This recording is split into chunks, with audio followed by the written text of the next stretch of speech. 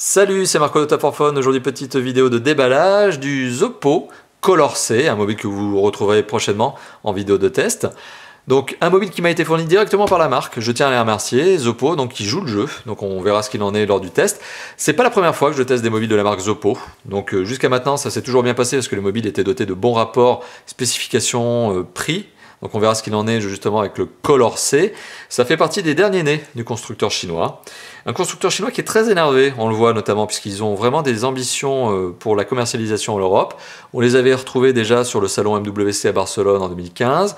Ils sont encore au salon du MEDPI qui se tient à Monaco en 2015. Voilà, donc on sent que la marque elle a vraiment envie d'aller à l'international et notamment plus particulièrement en Europe.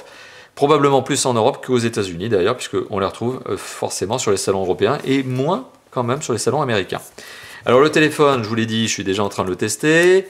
Bon, là ici on a la version couleur rose, il existe dans plein de couleurs, on y reviendra lors du test.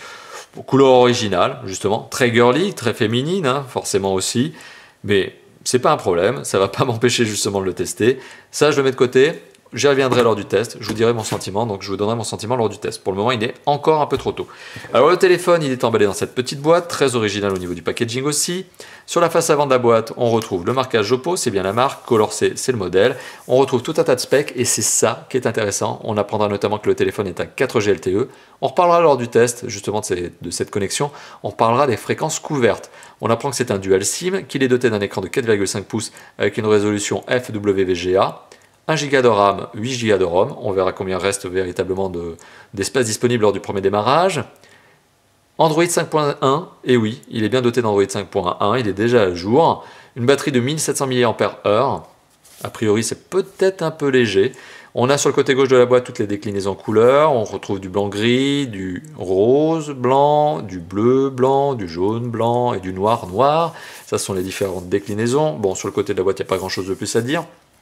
À l'arrière, un petit rappel des specs, notamment qu'on apprend que le système d'exploitation est surcouché avec une surcouche qui s'appelle Zoppo Z UI. On apprend également que la résolution que je vous ai donnée comme étant la FWVGA est en fait une résolution, mais c'est confirmé, donc de 854 pixels par 480 pixels. Bon, c'est clairement de l'entrée de gamme, hein. On est aussi sur un processeur MT6735 4 cœurs, c'est un processeur Mediatek. Que dire de plus? Capteur photo frontal 2 mégapixels, dorsal 5 mégapixels, je le rappelle, c'est de l'entrée de gamme, micro SD jusqu'à 64 Go max de mémoire supplémentaire, et du capteur de luminosité, proximité, accéléromètre, etc. Bon, donc c'est un téléphone entrée de gamme, ça vous l'avez compris, je me répète, c'est la troisième fois. Alors à l'intérieur de la boîte, qu'est-ce qu'on retrouve? Le téléphone lui-même posé sur un berceau, ça vous l'imaginez. Alors le téléphone bien emballé avec son film protecteur, etc. Le berceau, quand on l'ouvre, qu'est-ce qu'on retrouve dessous? De la documentation. Guide de démarrage rapide, multilingue, quick guide, guide de démarrage rapide avec un accent qui manque, hein, voilà, ça a sauté. Voilà, mais bon, ça a le mérite d'être là, c'est pour vous apprendre à ouvrir le téléphone, à savoir le poser correctement contre votre oreille parce qu'on vous dit où se trouve l'écouteur, c'est cool, etc., etc. Bon, on retrouve également un guide de garantie, carte de garantie, voilà, warranty card en anglais. Bon, ça vous apprendra comment utiliser votre garantie. Allez, la marque semble vouloir faire les choses correctement, hein. On retrouve dans la boîte un kit piéton. Alors pour le coup, c'est de l'écouteur très classique, plastique brut. Donc c'est de l'entrée de gamme, mais c'est même du très cheap. On retrouve un câble USB, micro USB. Rien de significatif à dire dessus. C'est ce qu'il vous faudra pour synchroniser le téléphone, mais aussi le recharger via justement l'adaptateur secteur que voici.